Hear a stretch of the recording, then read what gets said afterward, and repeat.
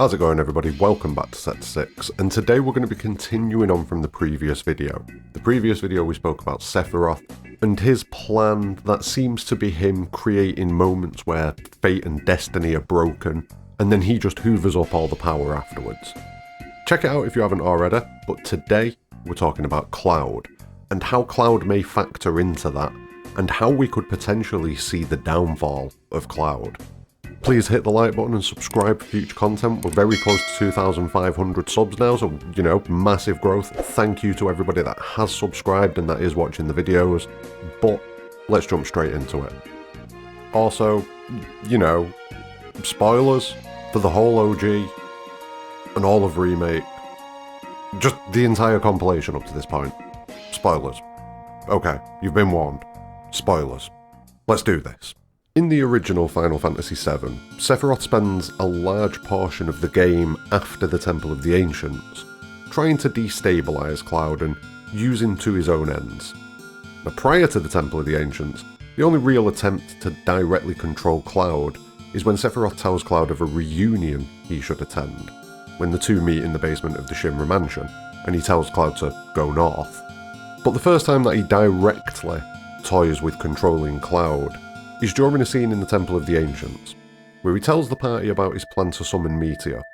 He tells the party to behold the mural, and then there's a bright flash of white light, and he says wake up to Cloud. Now this bright flash happens and Cloud drops to one knee, and from here on we see a far more unstable Cloud. Previously the main issues were flashes of confusing memories, missing memories, all the side effects of Mako poisoning combined with Jenova and a little bit of PTSD. But this is different.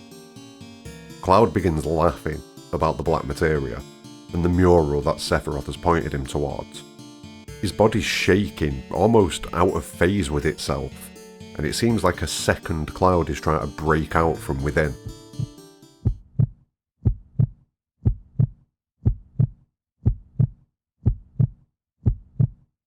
But then he regains his composure, he remembers his way, and the mission continues, up until the point that the party have got the black materia. And up until now, Cloud seems like he's shook off the previous event. But then Sephiroth reappears, and he talks more about his plan, the Promised Land, his journey in the Lifestream, how he absorbed the knowledge of the Ancients. And then he laughs and says, I wonder, wake up. And again Cloud breaks, but this time completely in two. We control the representation of young Cloud, innocent Cloud, Cloud before the world went to work on him and everything happened. And no matter how hard we try, we can't stop the other Cloud, giving Sephiroth the black materia.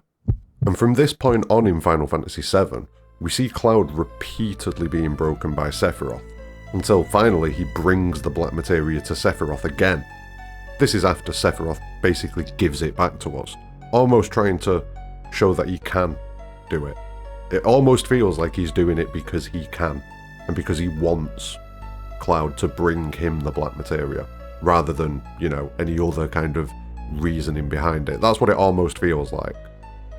He could have had any of the Black Cloaks that are under his control do this, but instead, he has Cloud do it.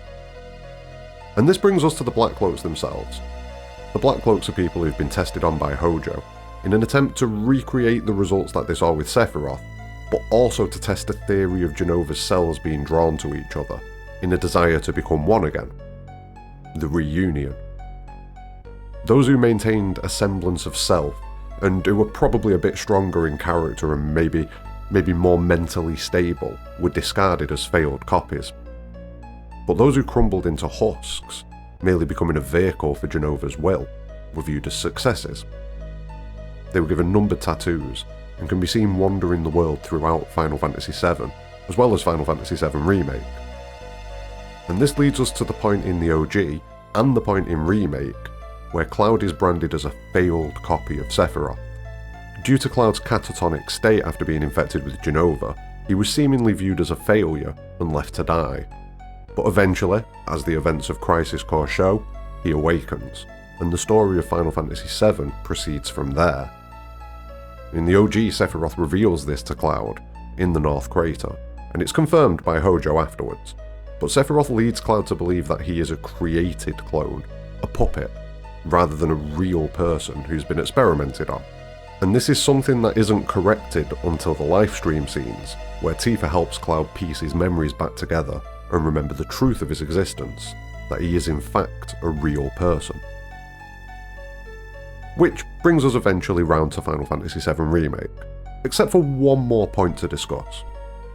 In Junon, there's a weapon shop owner, and he is entirely unremarkable. That is until later on in the game, after Meteor has been summoned. If you go back to Junon and speak to the shop owner after the summoning of Meteor, you will find that he's changed how he dresses a little bit. You'll find him dressed exactly as one of the Black Cloaks, and he says he used to be in Soldier, and lately he's felt like dressing up like this. And what this does is this confirms that there can be a gradual progression to Jenova's influence, rather than an immediate one. And now this brings us to Final Fantasy VII Remake, and Cloud. Since the start of the game, Sephiroth's been trying to destabilise Cloud's mental state. First, he tells him to leave, run away, live, and this is just before Cloud meets Aerith, one of the core support structures for Cloud going forwards in his life, even beyond the end of hers. And not only that, this is also just before he heads back to the Sector 7 slums with Avalanche and meets back up with Tifa, another person who is a major support structure in his life going forwards, and who he's already met but he's not deep in with the group yet. It's only after we do the next bombing mission and then we go through Platefall and everything like that that the group really galvanises and comes together. So Sephiroth's immediately trying to separate Cloud from those support structures. Now after he fails at this, Sephiroth just continues to jab and prod at Cloud at every turn, telling him that he was unable to save people, telling him that he's a failure, just doing everything that he can to knock Cloud off his path. Sephiroth's trying to break Cloud to the point that he can no longer resist the power of Jenova.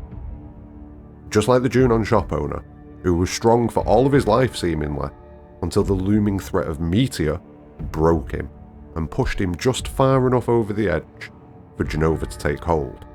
Now we see Sephiroth prodding and pushing Cloud, just trying to tip him far enough over the edge so that again Jenova can take hold.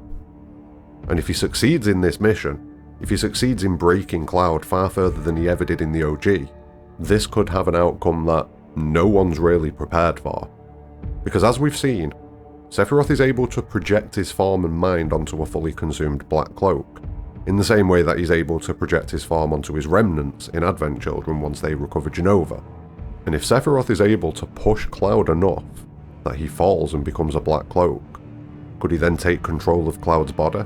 And does this bring Sephiroth one step closer to his overall plan, which I believe is to take control of fate and destiny? The only thing that's ever stopped him before, realistically, has been Cloud. At every turn, every time Sephiroth tries to do something, when he burns Nibelheim down, Cloud appears. When he summons Meteor, Cloud appears. When he returns and spreads Geostigma, Cloud appears. Why not just take Cloud completely out of the equation? Not by killing him, not by defeating him, but by controlling him, by becoming him.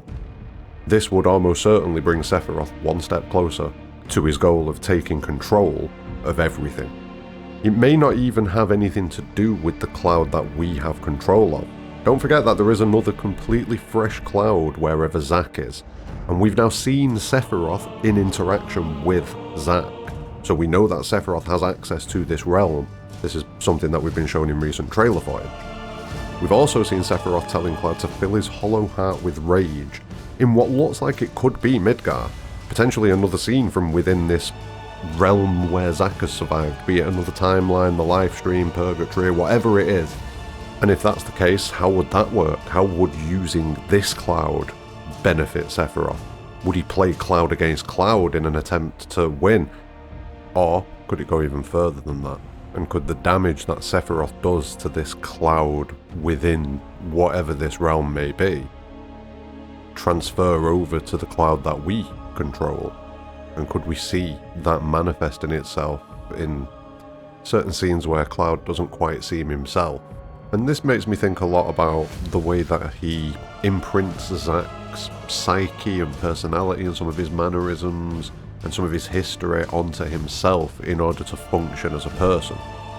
What if we reach a point where, due to Sephiroth's messing, rather than using Zack as the framework for those things, what if Cloud starts to use Sephiroth as the framework for those things, giving Sephiroth exactly what he wants? A compliant puppet. I'm not too sure, but either way it seems that once again, Cloud's sanity is a vital component of Sephiroth's plans, and this time, Sephiroth seems to be playing for keeps.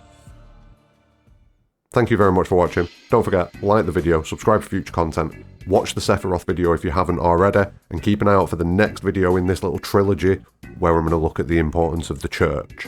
But more importantly than any of that, have a great day.